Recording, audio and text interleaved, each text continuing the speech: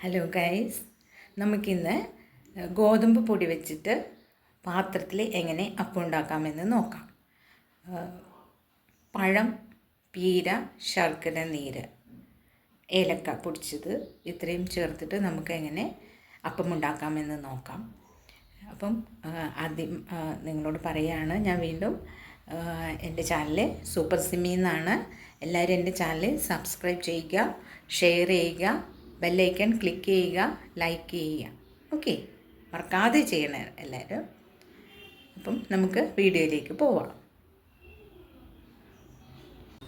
നമുക്കിന്ന് ഗോതമ്പ് പൊടി വെച്ച് അപ്പം ഉണ്ടാക്കാം, കിണ്ണത്തപ്പം ഉണ്ടാക്കാം. അപ്പോൾ അതിന് വേണ്ടിയിട്ടായിട്ട് ഞാൻ എടുത്തിരിക്കുന്ന പഴമാണിത്. ഇത് നന്നായിട്ട് പഴുത്ത പഴമായിരിക്കണം, എങ്കിൽ മാത്രമേ നമുക്കതിനെ ഉടക്കാൻ പറ്റുള്ളൂ. ഇങ്ങനെ നന്നായിട്ട് ഉടക്കണം. കണ്ടോ, നല്ല പഴുത്താണെങ്കിൽ നമുക്ക് നന്നായിട്ട് ഉടക്കാൻ പറ്റും. ഇങ്ങനെ മുഴുവനും ഉടച്ചെടുക്കുക. ഉണ്ടോ,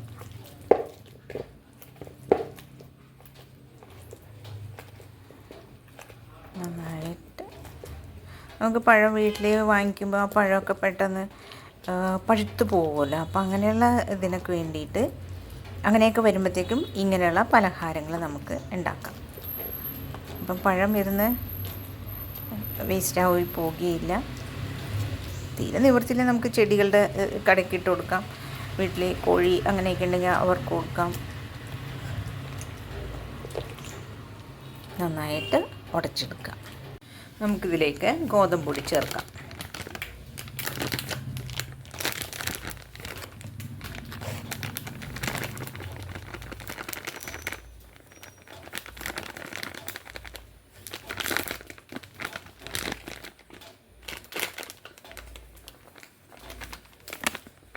പൊടി ആവശ്യത്തിന് തേങ്ങാപ്പാലും കൂടി ചേർത്ത് മിക്സ് ചെയ്യുമ്പോൾ ആവശ്യത്തിന് ഇട്ട് കൊടുക്കുക കേട്ടോ.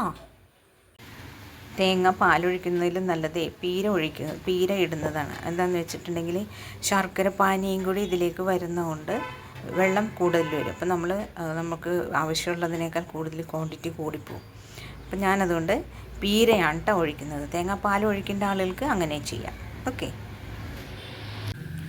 നമുക്കിതിലേക്ക് ആവശ്യത്തിന് പീര ചേർക്കാം.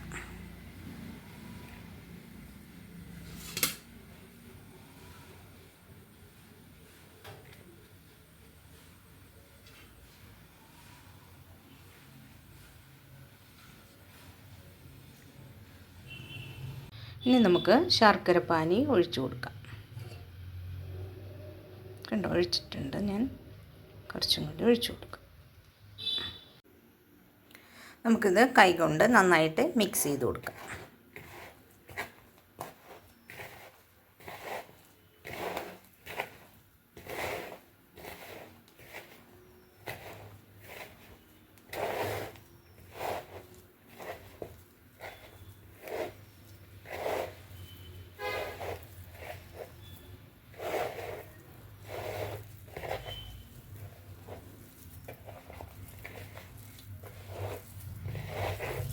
പഴവും തേങ്ങയും ശർക്കരയും എല്ലാം കൂടി നന്നായി മിക്സ് ആവട്ടെ കേട്ടോ.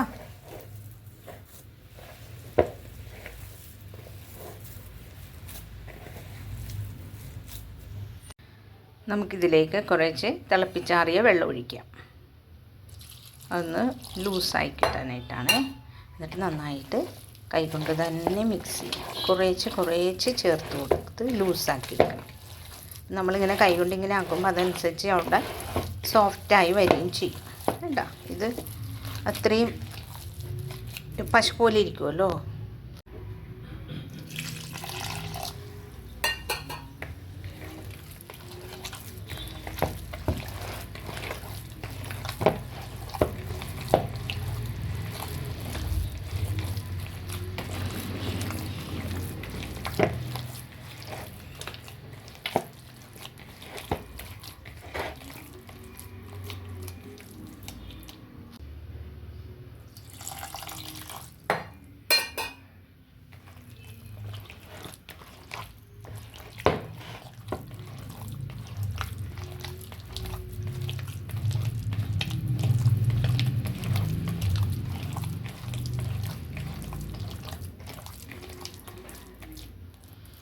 കുറച്ചും കൂടി അയയണം, അല്ലെങ്കിൽ പാത്രത്തിൽ ഇട്ട് അപ്പം ആയി കഴിയുമ്പോൾ അത് ഭയങ്കര കട്ടിയായിപ്പോവും.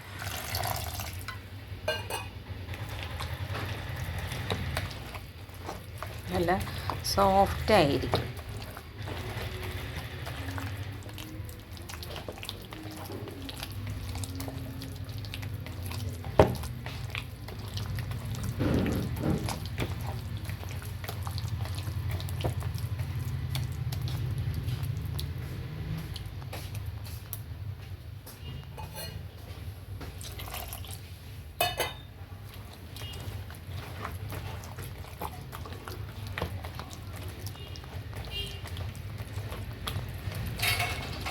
എത്ര കൂടുതൽ നനച്ച് വെക്കുന്നോ അത്രയും സോഫ്റ്റ് ആവും.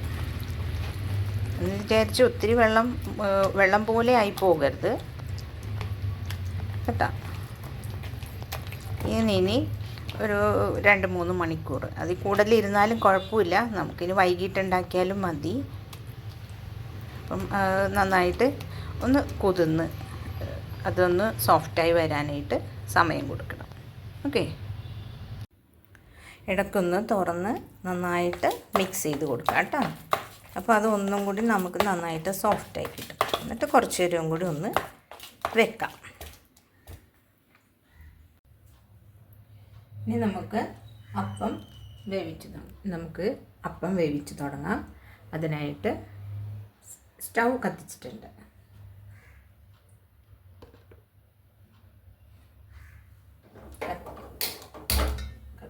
കത്തിക്കുന്നില്ല. ചട്ടി അടുപ്പത്ത് വെച്ചിട്ടുണ്ട്. ഒരു ചെറിയ ഉരുളിയാണ് ഞാൻ വച്ചിരിക്കുന്നത്. നമുക്കതിലേക്ക് വെള്ളം ഒഴിക്കാം.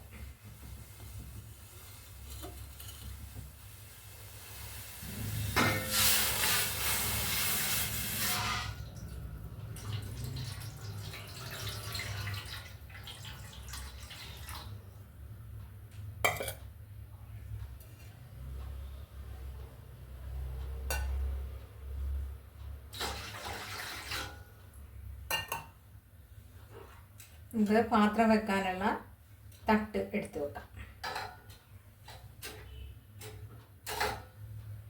വെള്ളം ഇനിയും ഇതിൽ കൊള്ളും. അപ്പം നമുക്ക് മാക്സിമം വെള്ളം ഒഴിക്കാം, അല്ലെങ്കിൽ എന്ന് വെച്ചാൽ വറ്റി അടിക്ക് ഇതാവരുതല്ലോ.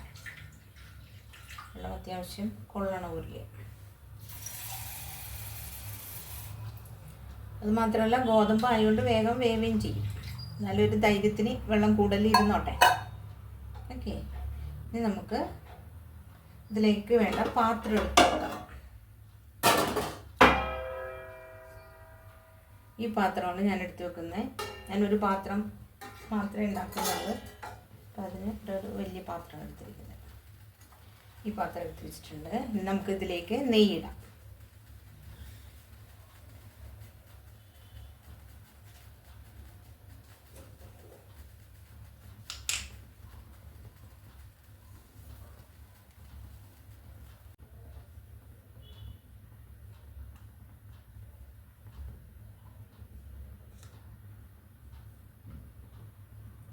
കുറച്ചൊന്നിങ്ങനെ പറ്റിയാൽ മതി, അധികം വേണമെന്നില്ല.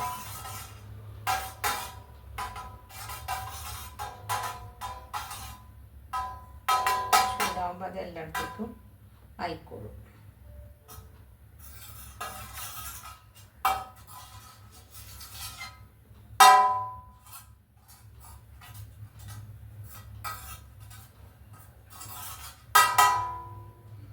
വെന്ത് കഴിയുമ്പോൾ നല്ല മണവും നല്ല ടേസ്റ്റും ഉണ്ടാവും നെയ്യ് ഒഴിച്ചാൽ.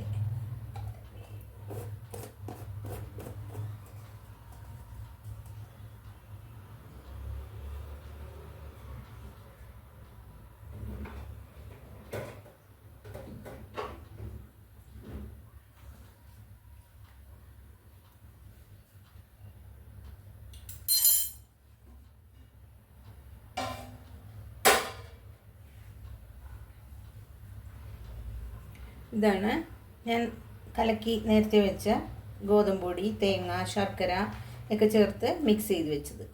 നമുക്കിതിനെ ഈ പാത്രത്തിലേക്ക് നിറക്കാം.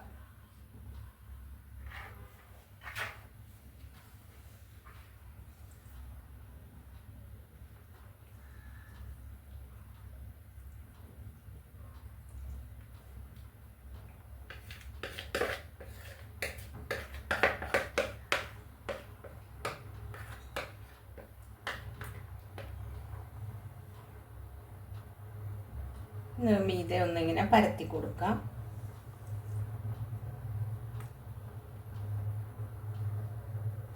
ഒരൊറ്റ പാത്രത്തിൽ കൊള്ളാവുന്നത് ഞാൻ കലക്കിയിട്ടുള്ളൂ. നമുക്ക് അത്രയും മതി.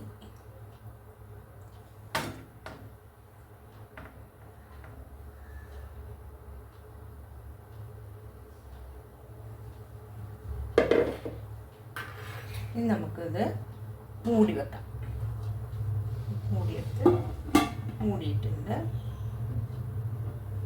ഇനി അത് ആ തീയിലിരുന്ന് വേവട്ടെ.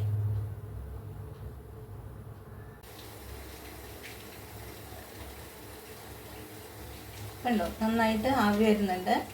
ഇനി നമുക്ക് തീ കുറച്ച് വെക്കാം.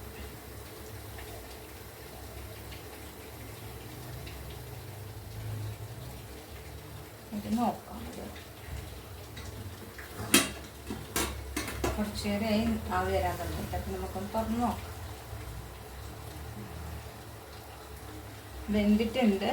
ഇതിൽ കുറേ വേർപ്പ് വെള്ളം വീണിട്ടുണ്ട്. അതൊന്ന് വറ്റട്ടെ.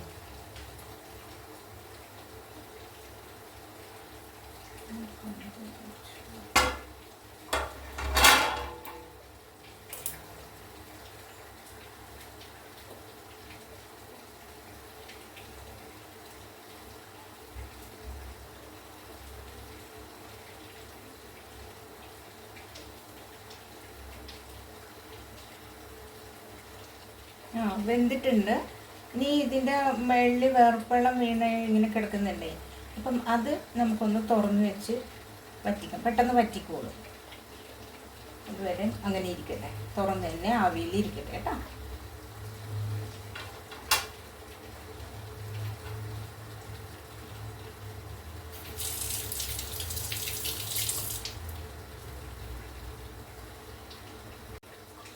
കണ്ടോ, ഇതിങ്ങനെയുള്ള കട്ടിങ് കണ്ടോ, ഇവിടെ ഇങ്ങനെ അല്ലാണ്ട് പ്ലെയിൻ ആണെങ്കിൽ ഇതുപോലെ വേർപ്പുള്ള ഒരു തുള്ളി അകത്ത് വീഴില്ല. ഇതിവിടെ കട്ടിങ് ഉണ്ടല്ലോ. അപ്പം ഇവിടെ നിന്ന് ഇങ്ങനെ വരുന്ന വെള്ളം വേർപ്പ് വരുന്നത് ഇങ്ങനെ ഇവിടെ നിന്ന് നേരെ താഴേക്ക് വീഴും. എന്താ ഇവിടെ നിന്ന് ഇങ്ങനെ വരുന്ന ഇങ്ങോട്ട് വീഴും. അപ്പം ഇതുപോലെ പ്ലെയിൻ ആയിട്ട് ഇങ്ങനെ ഇരിക്കുകയാണെങ്കിൽ ഒട്ടും ഇതിൻ്റെ അകത്ത് വെള്ളം വീഴില്ല.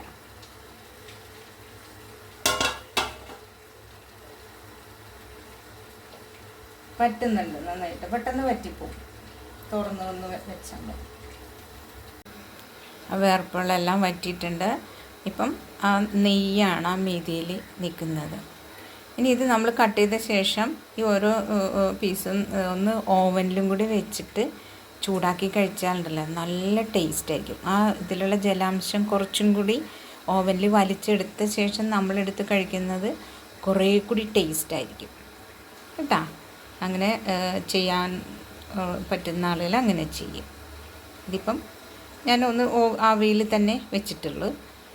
ഇതിൽ തന്നെ ഇരിക്കട്ടെ. എനിക്ക് വേറെ പാത്രം വെക്കാനില്ല. ഈ ഒരു പാത്രത്തിൽ ഞാൻ എടുത്തിട്ടുള്ളൂ. ഇതിൽ തന്നെ കുറച്ച് കഴിയുമ്പോൾ കട്ട് ചെയ്തപ്പോൾ ചൂടും പോവില്ലല്ലോ. ഇതിൽ തന്നെ കട്ട് ചെയ്ത് എടുക്കാം. അപ്പം എല്ലാവർക്കും എൻ്റെ വീഡിയോ കണ്ടതിൽ എല്ലാവരോടും നന്ദി. വീണ്ടും അടുത്ത വിഭവമായിട്ട് ഞാൻ വരുന്നവരേക്കും എല്ലാവരോടും നന്ദി. എൻ്റെ ചാനൽ സൂപ്പർ സിമ്മിയാണ്. മറക്കാതെ സബ്സ്ക്രൈബ് ചെയ്യണേ, ചെയ്യാത്ത ആളുകൾ. Okay, thank you.